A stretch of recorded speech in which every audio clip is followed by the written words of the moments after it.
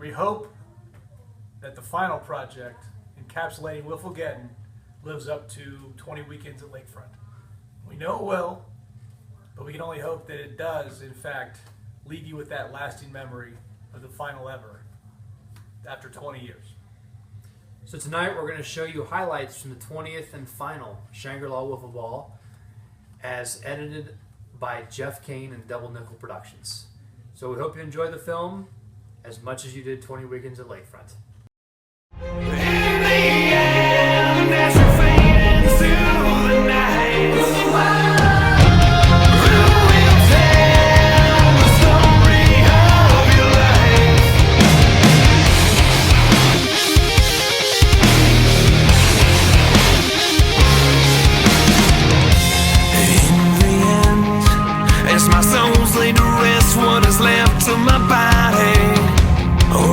Just a shell.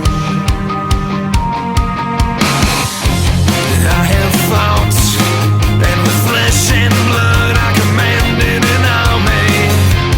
Through it all, I have given my heart for a moment of glory. In the end, as you fade into the night, who will tell the story of your life? And who will remember your last goodbye? 'Cause it's the end, and I'm not afraid to die. For many years, the members of SLW had heard that Wifflegeddon was coming. In the months leading up to the tournament, they spent time preparing for one last chance to experience Christmas in the summertime. The Wifflers traveled from all over the United States for one last shot at glory, one final chance to bring home a championship and be remembered now and always as the kings of Wifflegeddon. We played Old Young in the afternoon, which I think that was a success. Old Young with the rock and jock feel. James Morton came out dressed as AC Slater, our only celeb. Brilliant. We had a lot of interaction with the beer in your hand as you played. Pretty competitive, in spite of the fact that we didn't really want it to be, but it turned out to be more competitive than usual. Had the last ride of the Fun Island in center field as a obstacle / bonus points. Who won the game?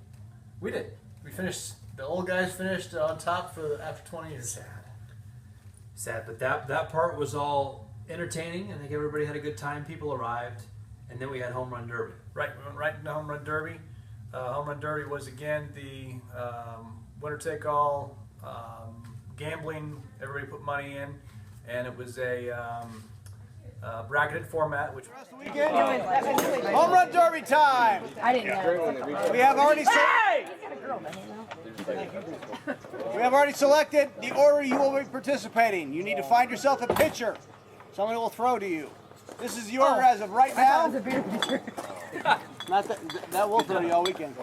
Tank first. Yay. Shane, Jamie, Greg, Luke, Todd, Seth, PH, James, Jeff, Chris, Jed, Pat, and Seth. And I had, I didn't, as a winner, former winner, I didn't hit very well, but I had 3 guys in the final 4 that I was pitching to. The coach. I was a coach. I coached them up, and the first time you ever won. Mm-hmm. So even though Enjoyable. Even though I didn't get a chance to even compete in the finals, at least I had my man who got a win. And the last right-hander before you was Greg Preston. Been a couple years. And the only other right-hander was John Lockhart, correct? Yep. So only I think that's one right. of 3. But it was a very enjoyable night and Perfect evening. Perfect night. Dead quiet as it normally is. Shangri La, not a cloud in the sky. Just 20 weekends at the pavilion down by the slip, just down from the house, was actually better than I thought it was going to be. I thought it was going to be great, and it exceeded my expectations. I think everybody was captivated. The sun was going down. It was a perfect evening, as Jeff just mentioned. Everybody was engaged in the entire movie. I think the ladies got teared up a little bit during the mayor section. It's an emotional product. People laughed, people cried, people clapped at the end. So I think that's a success. We had a little awards presentation ahead of time for some people that have helped us out a bunch over the years. Some Lifetime Achievement Awards, if you will, Yep. including Jeff Cain and Double Nickel and Chief Scientist Seth Leaks. Yep. Steph is a Cubs fan, and we got him. Wasn't he a Rookie of the Year in contention? Starling Castro, right? It's a bat. It's a signed bat. Wow! Baseball players of the line.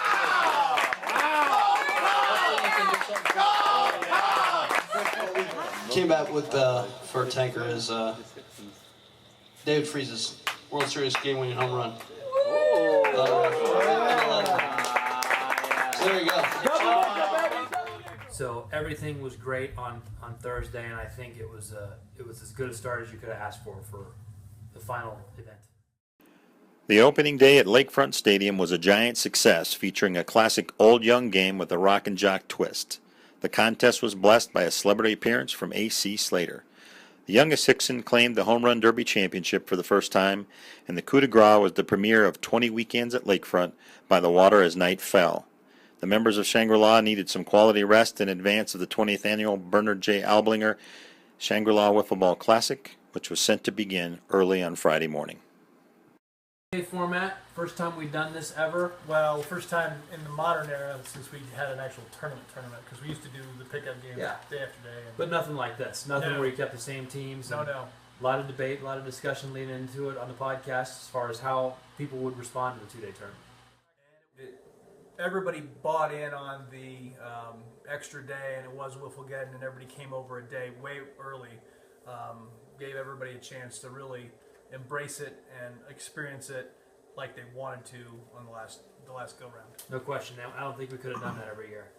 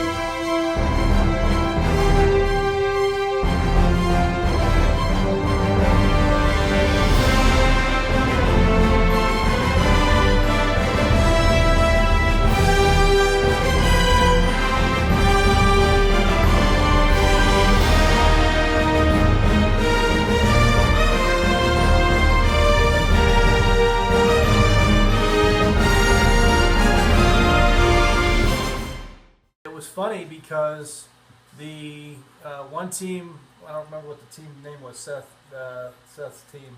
Oh, it was the square carrot conspiracy or the square, I think something like that. That's right, what it is.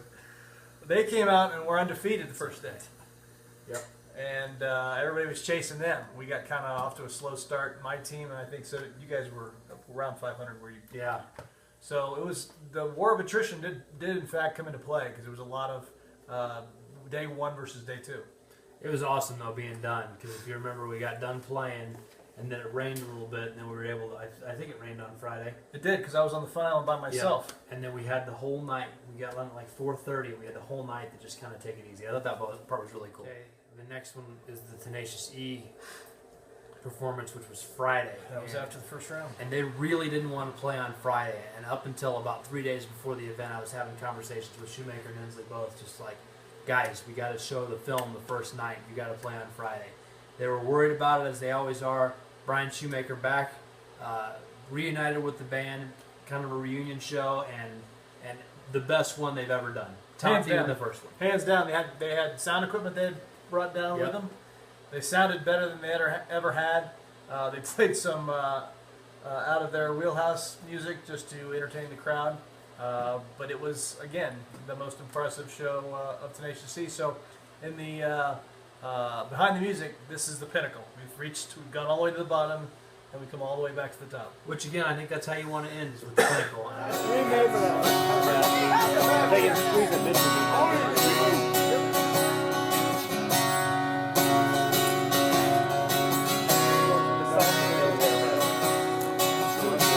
Both lie sound asleep in the dead of the night. Although we both lie close together, I feel miles apart inside. Was it something I said or something I did? Did my words not come out right? Though I tried not to hurt you, though I tried, but I guess that's why they say every rose has its thorn. Just like every night has its dawn. Just like every cowboy sings a sad, sad song. Every rose has its thorn.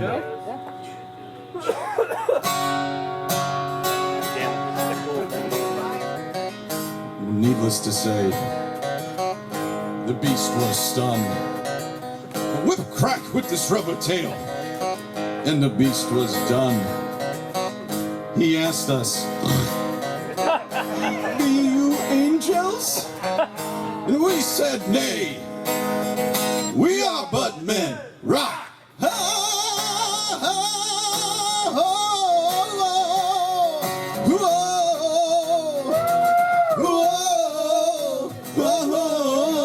This is not the greatest song in the world, no. This is just a tribute. I couldn't remember the greatest song in the world, no, no. This is a tribute. What do tigers dream of when they take a little tiger snooze? Everybody. Do they dream of mauling zebras, or Halle Berry in her Catwoman suit? Well, don't you worry, pretty strapping head. We're gonna get you back to Tyson and your cozy tiger bed. And then we're gonna find our best friend Doug, and then we're gonna give him a best friend hug. Doug, Doug, whoa, Doug, Dougie, Dougie, Doug, Doug. But if he's been murdered by crystal meth tweakers, then we're shit out of luck. She keeps a lock of hair in her pocket. She wears a cross around her neck. Yeah, the hair is from a little boy, and the cross is someone she has not met, not yet. Said she talks to angels, says they call her out by her name. Oh yeah, she talks to angels.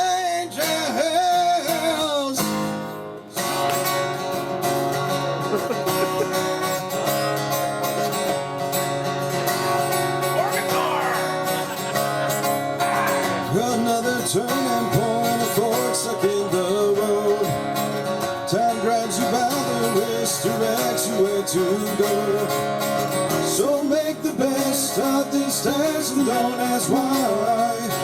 It's not a question but a lesson learned in time. It's something unpredictable, but in the end it's right. I hope you had the time of your life. And everything from Call Me Maybe to Wanted Dead or Alive to the old go-to tribute. And they had the iPads, Brian Shoemaker playing the iPad fluffer roll and thumbing through the pages. But like Jeff said, they sounded great. Chris Shoemaker spent his own money to go out and buy some sound equipment. He wouldn't take any reimbursement from the league office. And it was money well spent because we got to use it for 20 weekends, the premiere, and we got to use it for the show. 3 mics, and as usual, Chris tells me we're only going to do 40 minutes and that's going to be it.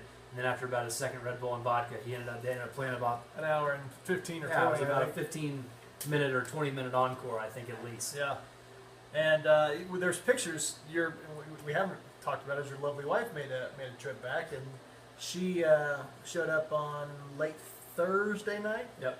And took the role of 1/7 photography to some degree, and kind of supplemented in because Derek took pictures and so did Chelsea.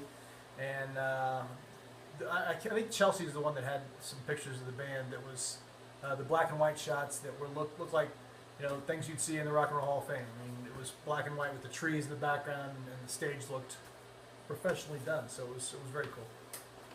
Yeah. So bravo, Matt Ensley, Chris Shoemaker, Brian Shoemaker for truly ending on a high note. Friday saw Shangri La Wiffleball at its very best. The majority of Wifflers got off to a hot start at the plate, and several trips to the beer trailer contributed to a spectacular opening for the Classic. After the on-the-field action came to a close, the group was treated to the last performance of Tenacious E. Matt Ensley and the Shoemaker twins rocked the event with an hour-plus set, which capped off a terrific day at Shangri La. A full moon loomed over Lakefront Stadium as Wifflers were coming to grips with the fact that tomorrow would be the final chapter in the 20-year history of Shangri La Wiffleball. It was interesting to see the second day because, again, the accrual of not only the gameplay as far as being tired and the nightlife and all the things we talked about for all these years on the podcast, the grind of it, it does come into play, especially on that second day. And I think everybody paced themselves and stretched out as much as they could. So unlike in the old days when we couldn't actually even try to play, people actually could get out there and get it done. Well, and it wasn't as bad as we thought it was going to be with what people were able to do the next day. Right. I mean, and I don't know if it was the pacing themselves or maybe just the expectation that, hey, I got to go, not holding themselves back, but just knowing that you're going to play a second day. Maybe you still played with the same level of intensity, but it wasn't as many games. But yeah, that's true. But I think the desire to win 20 was in there too. And I think everybody, if they had anything saved up, they weren't going to leave it on the field. I think everybody played as hard as they could for as long as they could, and I don't think anybody walked away saying, I wish I'd have done this, this, and this.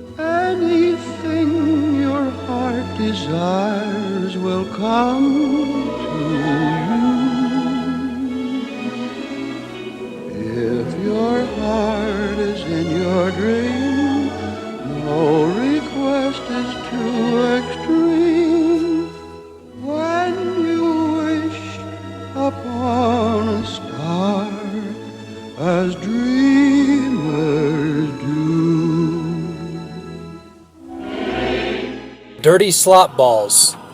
You just won the Wifflegeddon title. What are you going to do now? We're going to Judges! We were 500, our team, and came back and worked our way all the way back to the championship. So we were happy to be there. We weren't expected to be after the first day. Everybody had written us off, so I was happy to get back in a position to win. And we went back and forth and went extra innings. And so that was, you talk about the end and going extra innings, and Chris Shoemaker wins it with a walk-off. I mean,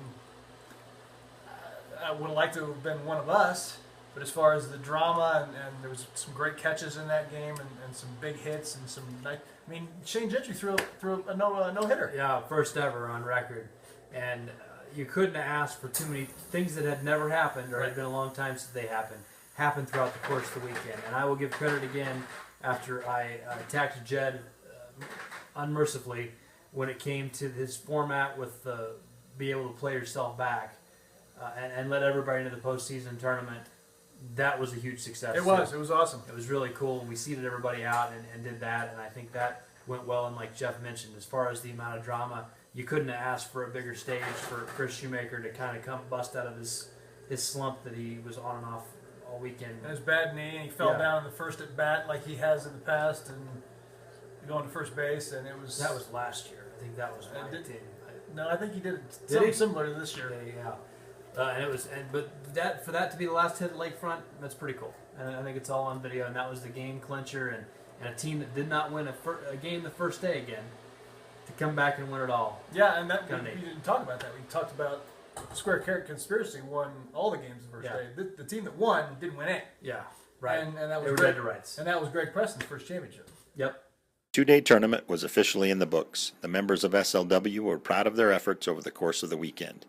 Many were feeling the effects after 2 days of giving their all on the ball field, little sleep, and massive alcohol consumption. The day gave way to night, and the night brought the final telling of the Elko story. Only one thing remained: saying goodbye.